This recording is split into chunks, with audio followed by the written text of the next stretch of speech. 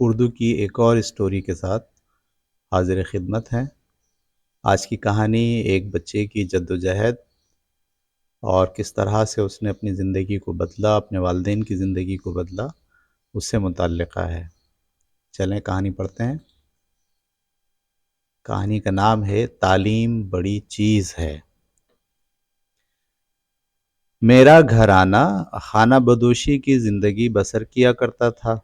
میرے ماں اور باپ دونوں بھیک مانگا کرتے تھے۔ جب میں نے ہوش سنبھالا تو مجھے بھی بھیک مانگنے کے کام پر لگا دیا گیا۔ ایک روز میں ایک اسکول کے قریب سے بھیک مانگتا ہوا گزر رہا تھا کہ بالکل اسی وقت اس اسکول کی چھٹی ہو گئی۔ تو بچوں نے میرا مذاق اڑانا شروع کر دیا۔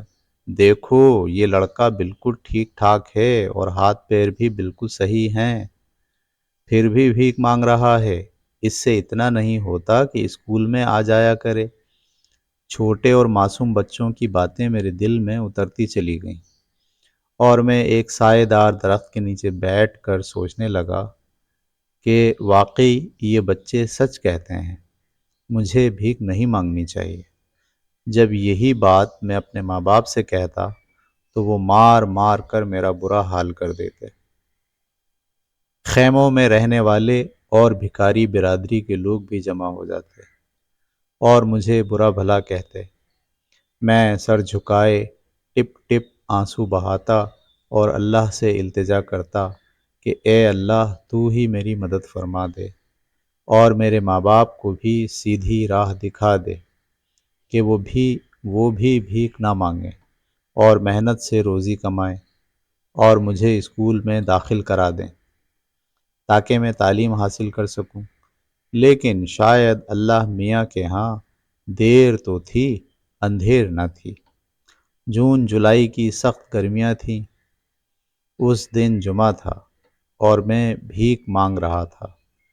قریب ہی ایک مسجد تھی جس کے باہر ٹالی کے بڑے بڑے درخت تھے۔ میں کچھ دیر سائے میں بیٹھنے کی غرض سے مسجد کے سامنے والے درخت کے نیچے بیٹھ گیا اور پیسے گننے لگا، کیونکہ ماں باپ کا کہنا تھا کہ جب تک 50 روپے جمع نہ ہو جائیں بھیک مانگتے رہنا۔ اگر میں کسی دن 50 روپے سے کم پیسے لے کر منزل کو پہنچتا تو مجھے برا بھلا سننے کو ملتا اور مار الگ کھانی پڑتی۔ جب میں نے پیسے گنے تو ابھی 35 روپے جمع ہوئے تھے۔ میں نے سوچا کہ آج مسجد کے دروازے پر بیٹھ جاتا ہوں۔ جب نمازی نماز پڑھ کر نکلیں گے تو بھیک مانگنے سے اچھے خاصے پیسے جمع ہو جائیں گے۔ آج میں بہت خوش تھا کہ مجھے زیادہ دور نہیں جانا پڑے گا۔ ممکن ہے کہ میرا کام آج مسجد سے نکلنے والے نمازی ہی پورا کر دیں۔ میں درخت سے ٹیک لگا کر بیٹھ گیا۔ تھوڑی دیر بعد مسجد کے مولوی صاحب نے اپنی تقریر شروع کی تو ایک ایک کر کے نمازی مسجد میں داخل ہونا شروع ہو گئے۔ عجیب اتفاق تھا کہ مولوی صاحب کی تقریر کا موضوع بھی آج گداگری کے خلاف تھا۔ وہ فرما رہے تھے کہ ہمارے مذہب اسلام میں اللہ کے نزدیک بھیک مانگنا انتہائی ناپسندیدہ عمل ہے اور قیامت کے دن بھیک مانگنے والوں کے جسم پر گوشت نام کو بھی نہیں ہوگا۔ ایسے لوگ صرف ہڈیوں کا ڈھانچہ ہوں گے اور ایسے لوگوں کی اللہ کے ہاں بڑی پکڑ ہوگی۔ چاہے بڑی سے بڑی مصیبت ہی کیوں نہ آ جائے، انسان کو صبر کا دامن ہاتھ سے نہیں چھوڑنا چاہیے اور اللہ سے مدد مانگنی چاہیے۔ وہ کسی نہ کسی بہانے رزق ضرور دیتا ہے۔ ہمیں چاہیے کہ ہم محنت مزدوری کر کے حق حلال کی روزی کمائیں۔ اللہ تعالیٰ اپنے ایسے شکر گزار بندوں کو قیامت کے دن جنت میں داخل کرے گا۔ مولوی صاحب کی باتیں میری رگ رگ میں خون کی طرح سرایت کر گئیں۔ ایک بھکاری ہونے کے ناطے مجھے ندامت کا احساس زمین میں گاڑے دے رہا تھا۔ خوف سے میرے اس قدر آنسو بہہ نکلے کہ میری قمیص کا دامن تر ہو گیا۔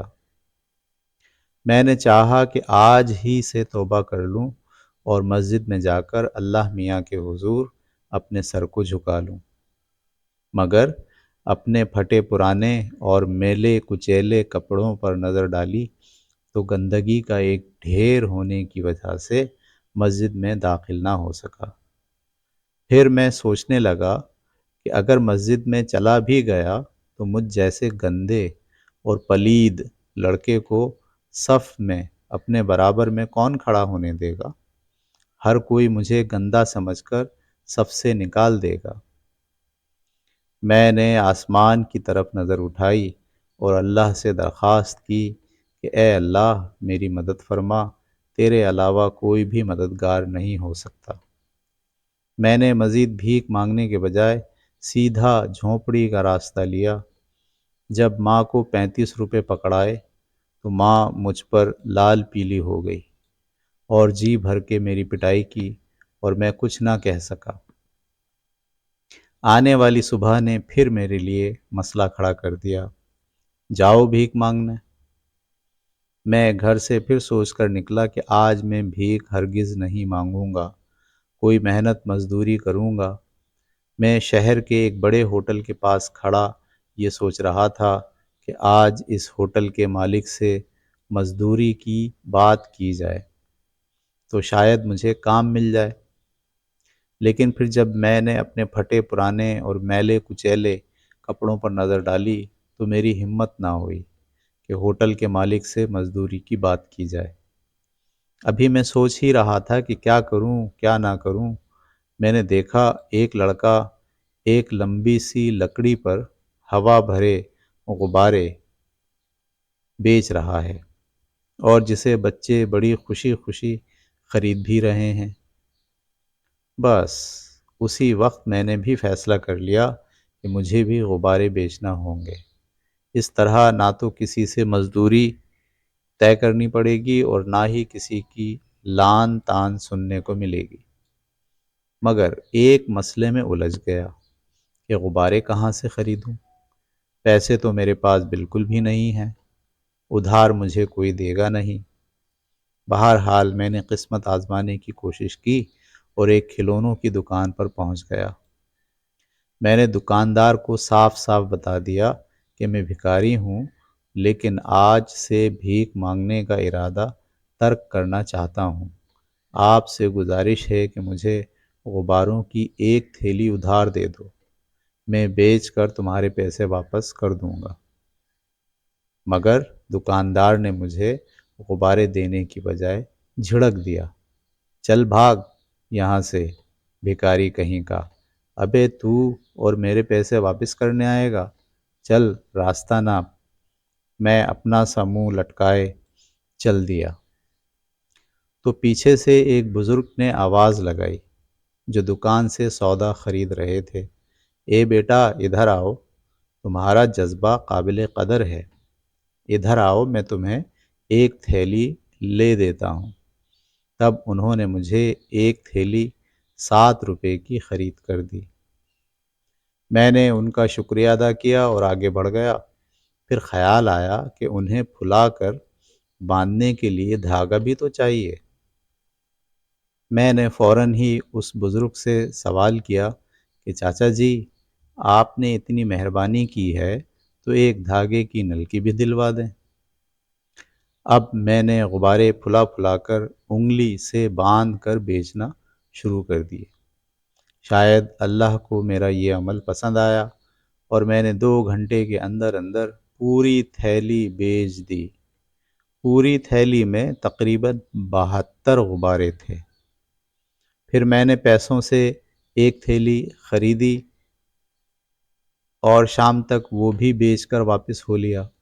اس طرح 2 تھیلیاں بیچ کر میں نے تھیلی کے پیسے نکال کر 59 روپے کمائے، 50 ماں کو دیے اور 9 روپے حفاظت سے ایک ڈبے میں رکھ دیے۔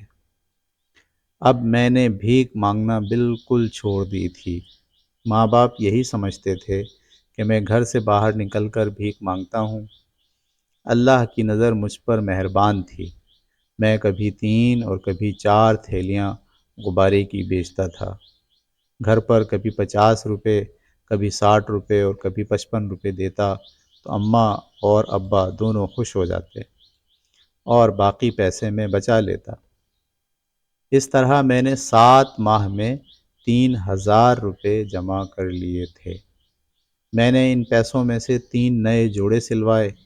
جب شہر کی طرف آتا تو ریلوے اسٹیشن کے قریب مال گودام میں کھڑی مال گاڑی کے ڈبے میں گھس کر نیا جوڑا پہن لیتا اور صاف ستھرا بچہ بن کر بڑے اطمینان اور سکون سے غبارے بیچتا۔ پھر انہی دنوں میں نے ایک مسجد کے پیش امام صاحب سے درخواست کی کہ وہ مجھے نماز پڑھنا سکھائیں اور دینی تعلیم بھی دیں، تو انہوں نے مجھے نماز پڑھنا سکھائی اور دینی تعلیم کا کورس بھی دینا شروع کر دیا۔ جب میں مولوی صاحب سے دینی تعلیم حاصل کر کے مسجد سے باہر آتا تو مجھے کچھ ایسا لگتا تھا کہ جیسے میں کبھی پریشان تھا ہی نہیں۔ مجھے دلی سکون ملتا، پھر مجھے احساس ہوتا کہ صفائی اور تعلیم انسان کے لیے دونوں ہی بہت لازمی ہیں۔ ایک روز میں نے غباروں کی تھیلی خریدی اور تمام غبارے پھلا کر ایک لکڑی میں باندھ کر اسی اسکول کے سامنے آ گیا جہاں کبھی اسکول کے بچوں نے میرا مذاق اڑایا تھا۔ جب اسکول کی چھٹی ہو گئی تو وہی بچے جنہوں نے مجھے بھکاری کے طعنے دیے تھے میرے قریب آ کر کہنے لگے کہ بھائی تم نے بھیک مانگنا چھوڑ دیا ہے کیا؟ ہاں بچوں، میں نے بھیک مانگنا چھوڑ دیا ہے، اب میں بھی تمہاری طرح اچھا انسان بننا چاہتا ہوں۔ میں نے بچوں کو خوشی خوشی جواب دیا، بھائی غبارے والے، تم تو پاگل ہو گئے ہو، کوئی غبارے بیچنے والے بھی اچھا انسان بن سکتا ہے، کوئی غبارے بیچنے والا بھی اچھا انسان بن سکتا ہے۔ ایک بچے نے فٹ سے جواب دیا، اگر تمہیں اچھا انسان بننا ہے تو تعلیم حاصل کرو، اور تمہیں کیا پتہ کہ تعلیم دنیا کی سب سے بڑی دولت ہے، اور دولت بھی ایسی کہ جسے کوئی چور بھی نہیں چرا سکتا۔ یہ بات ہمارے سر نے ہمیں بتائی ہے۔ دوسرے بچے نے بھی مجھے سمجھانے کی کوشش کی، اگر تمہیں اچھا انسان بننا ہے تو تم غبارے بھی بیچو، مگر اچھا ہوگا کہ تم ہمارے اسکول میں داخل ہو جاؤ۔ میری عمر تقریباً 16 سال کے قریب تھی اور بچوں کی عمریں 9 سے 11 سال کے اندر اندر ہوں گی، جو مجھے بھلائی کی طرف آنے کی دعوت دے رہے تھے۔ ابے یار تو مجھے بھی اسکول میں داخل کرا دو، میں بھی پڑھنا چاہتا ہوں۔ میں نے ایک بچے کو پیار کرتے ہوئے کہا، ہم کیوں داخل کرائیں؟ سر ہماری بات تھوڑی ہی مانیں گے، تم اپنے ابو کو ساتھ لے کر آؤ، وہ تمہیں داخل کرائیں گے۔ ارے بھائی میرے بچوں، میرے امی ابو نہیں ہیں، میں نے مصلحتاً جھوٹ بولا۔ کیوں، مر گئے ہیں؟ ایک بچے نے سوال کیا۔ بچے کی یہ بات میرے دماغ میں گولی کی طرح لگی، کیونکہ میرے ماں باپ تو زندہ ہیں۔ یار تم اپنے ابو سے کہہ کر مجھے داخل کرا دو، میں نے بات ٹالنے کی کوشش کی۔ چلو ٹھیک ہے، میں اپنے ابو سے کہوں گا، وہ تمہیں داخل کرائیں گے۔ آج میں بہت خوش تھا، اب میرا اسکول پڑھنے کا شوق بھی پورا ہوتا نظر آ رہا تھا۔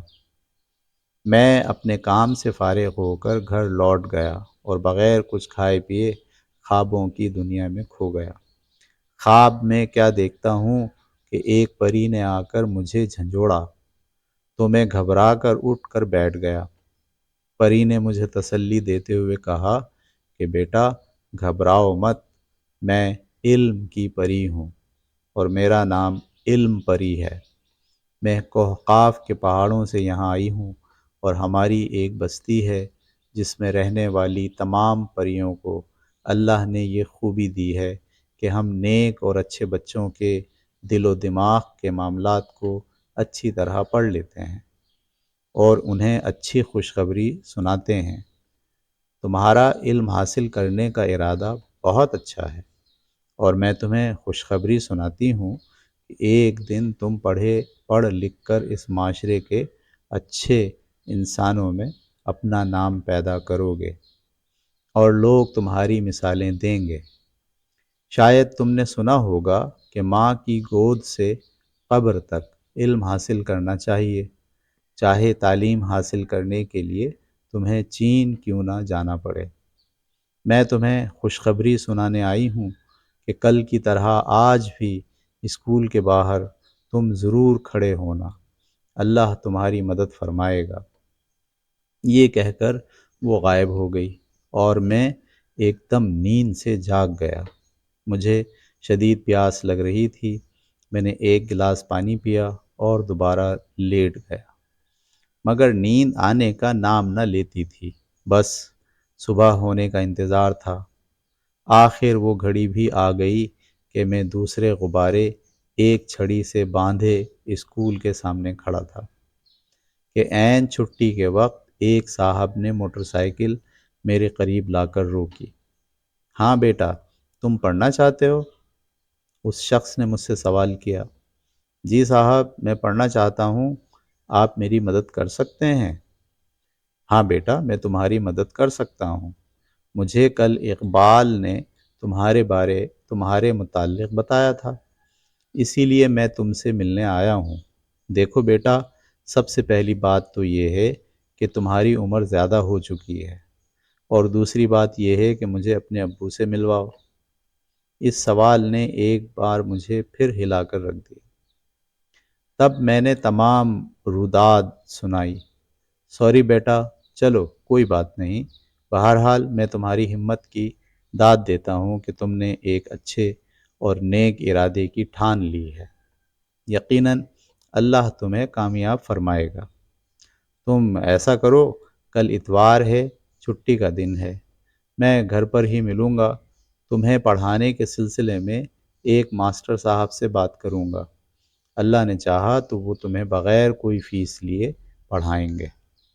جب تم تھوڑا بہت سمجھنے لگو گے تو تمہیں کسی پرائیویٹ کوچنگ سینٹر میں داخل کرا دیں گے، تو تم وہاں سے بھی تعلیم حاصل کرتے رہو گے اور امتحان بھی دیتے رہو گے۔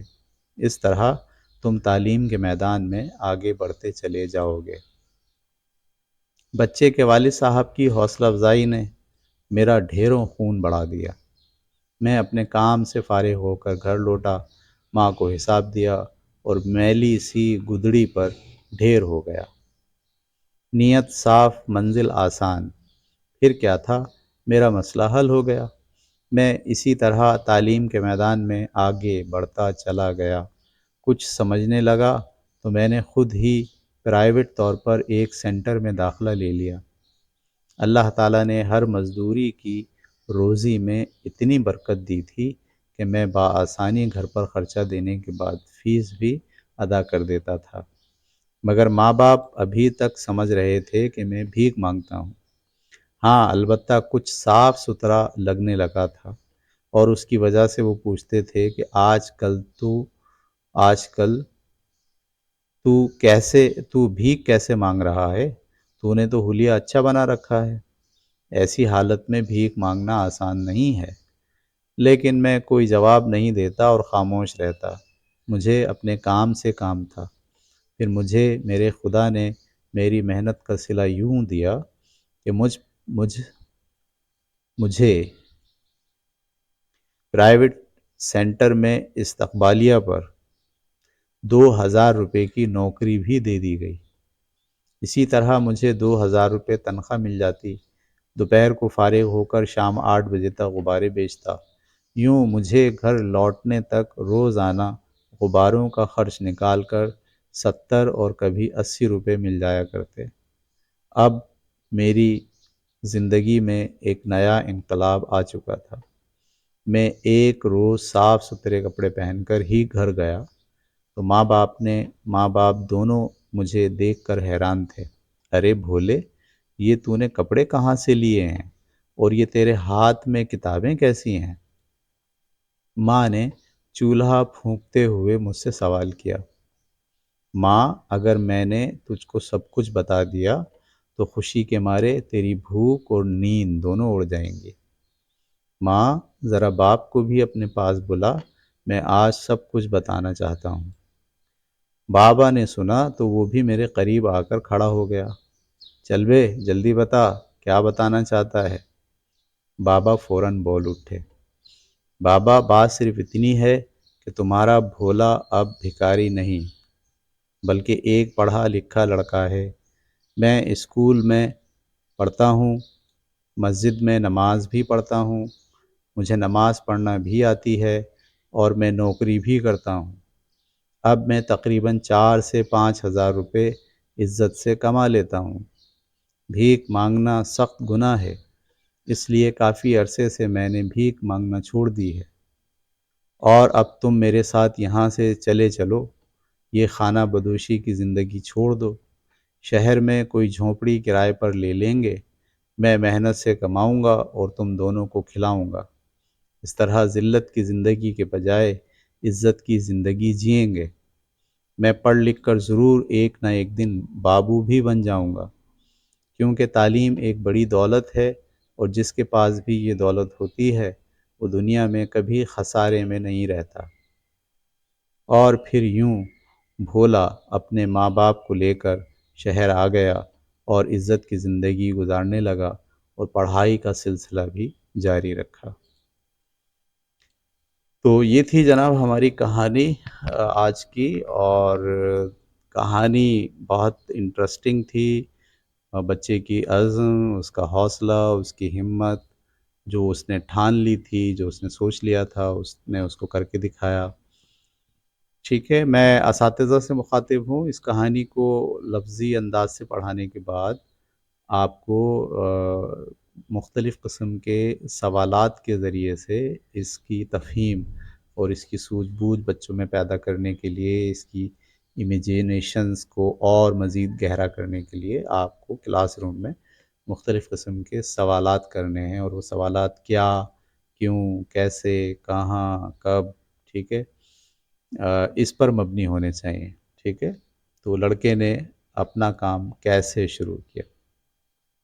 ٹھیک ہے، اس کے دل پر کیسے دھکا لگا؟ ٹھیک ہے، اس کے دل پر کیسے اثر ہوا، کن باتوں کا اثر ہوا؟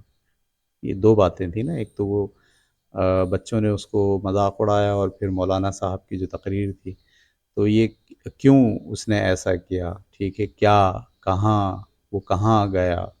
ٹھیک ہے، وہ کپڑے کہاں رکھتا تھا اپنے، وہ کپڑے کہاں بدلتا تھا؟ دیکھیے، جب آپ ان لفظوں کو لے کے بچوں کے ساتھ بیٹھتے ہیں تو کہانی کے امیجینیشنز مزید گہرے ہوتے ہیں۔ یوں تو کہانی پڑھنے کے دوران ایک طالب علم سرسری طور پر خیالات کی روانی سے گزر جاتا ہے، لیکن جب آپ سوالات کرتے ہیں کیا، کیوں، کیسے، کب، کہاں، ٹھیک ہے، تو البتہ، چونکہ، یہ جملے، یہ لفظ استعمال کر کے جب آپ بچوں کے سامنے اسی کہانی کو فوکس کرتے ہیں تو ان بچوں کے امیجینیشنز اب گہرے ہونا شروع ہو جاتے ہیں۔ ٹھیک ہے، یعنی وہ جو سرسری امیج تھے، سرسری خیالات تھے جس سے بچہ ایک دم گزر گیا تھا، اب وہ ٹھہرتا ہے، اب وہ وہاں رکتا ہے، وہ اس کی جزیات کو دیکھنے کی کوشش کرتا ہے۔ ٹھیک ہے، اس کے ذہن میں دلیل، اس کے ذہن میں وجہ، اس کے ذہن میں ریزننگ اور کریٹیکل تھنکنگ ڈیولپ ہونا شروع ہوتی ہے۔ تو اس لیے کبھی بھی صرف کہانی کو لفظی طور پر پڑھا دینا ہی کافی نہیں ہوتا، بلکہ اس کی کمپریہنشن، اس میں بیٹھ کر اس کی دماغی مشق اور اس کے مختلف ایسپیکٹس پر اس کی نظر، یہ اساتذہ کا کام ہوتا ہے۔ اس کے علاوہ میں یہ بات ہر کہانی میں آپ کو پیغام دے رہا ہوں کہ صرف کہانی ہی پڑھانا امپورٹنٹ نہیں ہے، بلکہ کہانی کی حدود کو پھلانگنا۔ ٹھیک ہے، یعنی کہانی کی حدود سے باہر نکل کر اسے تلاش کرنا۔ جیسے اس کہانی کے اختتام میں وہ اپنے ماں اور باپ کو لے کر شہر آ گیا ہے، بظاہر یہاں کہانی ختم ہو جاتی ہے، لیکن آپ بچوں میں امیجینیشنس کے ذریعے ذرا اس کہانی کو اور آگے بڑھانے کی کوشش کریں۔ مثلاً یہ کہ اب سوچئے کہ اس نے کیا کیا ہوگا، اور وہ ابھی 16 سال کا ہے، پھر وہ 20 سال کا ہوگا، پھر وہ 25 سال کا ہوگا، پھر اس کے شادی ہوگی، وہ مزید پڑھے گا، وہ پڑھتے پڑھتے کہاں تک گیا، وہ وزیر تعلیم بھی بنا سکتے ہیں آپ اس کو کہانی کے اینڈ تک، ٹھیک ہے؟ تو اس کو ہم کہتے ہیں کہانی کی حدود کو پھلانگنا۔ بچوں کو کہانی کی حدود کو پھلانگنے کے لیے ان کی ذہنی مشق کرائیے۔ جیسے وہ بڑے میاں تھے جس نے غبارے کی تھیلی ان کو دلائی تھی، تو بڑے میاں کی جو ہے وہ زندگی بالکل لمحاتی طور پر اس کہانی میں آتی ہے اور وہ غائب ہو جاتی ہے۔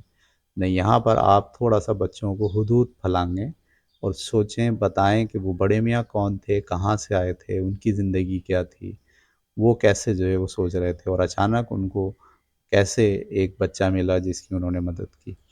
تو اسے ہم کہتے ہیں حدود کو پھلانگنا، ٹھیک ہے؟ باؤنڈریز سے جو ہے وہ آؤٹ آف دا باکس جا کر اس کہانی کو سوچنا۔ تو تیسری بات، پہلی بات یہ ہے کہ سوالات کے ذریعے کہانی کو فوکس کرایا، دوسری بات یہ ہے کہ آپ نے باؤنڈریز کو پھلانگنے کی کوشش کی، اور تیسری بات یہ ہے کہ مختلف نقطۂ نظر سے کہانی کو دیکھنا۔ یعنی اس کہانی کو آپ مولانا کی جو مسجد کے امام صاحب ہیں ان کے نقطۂ نظر سے دیکھیں کہ وہ کیوں تقریر میں انہوں نے گدھا گری کو موضوع بنایا، کیا چیز تھی، کیا انٹینشن تھی کہ جس نے انہیں گدھا گری کے موضوع کو آج بیان کرنا سکھایا۔ یعنی ان کے رخ سے آپ اس کہانی کو دیکھیں گے۔ اسی طرح سے جو ماں باپ ہیں لڑکے کے، ان کے رخ سے کہانی جو ہے وہ ری ارینج کی جائے۔ یہ تو لڑکے کے رخ سے تو پوری کہانی چلی ہے، ٹھیک ہے؟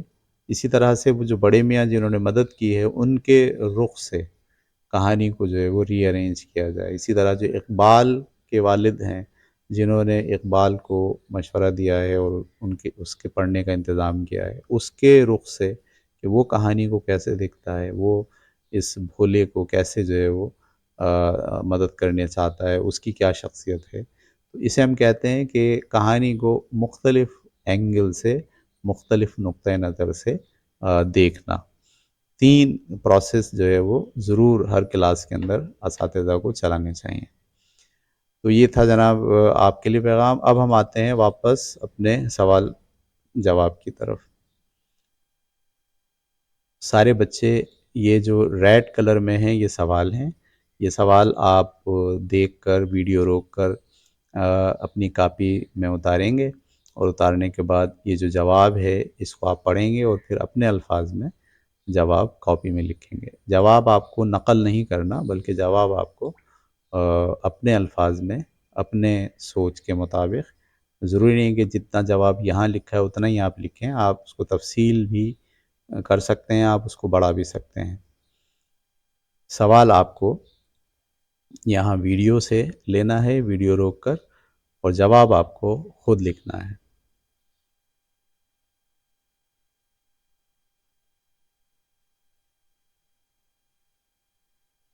ٹھیک ہے؟ ویڈیو کو روکتے جائیے، سوال اتارتے جائیے اور جواب لکھتے جائیے۔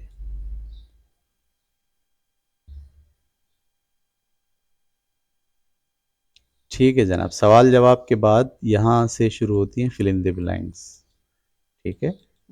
خالی جگہ ہیں، تو آپ کو یہ خالی جگہ بھی اپنی کاپی میں لکھنی ہے، اور کاپی میں لکھنے کے بعد مناسب لفظ جو ہے جو اس خالی جگہ میں آئے گا وہ آپ کو پر کرنا ہے۔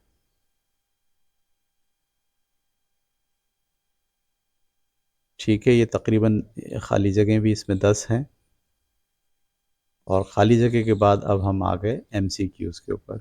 یہ ایم سی کیوز آپ کو اپنی کاپی میں اتارنا ہے، اور جو درست جواب ہے وہ بھی اپنی کاپی میں لکھنا ہے، ٹھیک ہے؟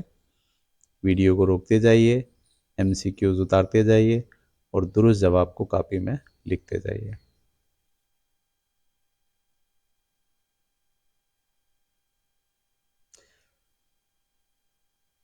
ٹھیک ہے جناب، یہ 10 ایم سی کیوز ہیں۔ اس کے بعد ٹرو فالس سینٹنسز ہیں. ٹرو فالس اسٹیٹمنٹس کا مطلب یہ ہوتا ہے کہ آپ کو ہر جملے کے بارے میں لکھنا ہے کہ جملہ درست ہے یا غلط ہے، صحیح یا غلط. تو کاپی میں آپ کو یہ جملہ اتارنا ہے اور جملے کے آخر میں لکھنا ہے کہ یہ جملہ صحیح ہے یا غلط ہے. تو یہ بھی 10 سینٹنسز ہیں.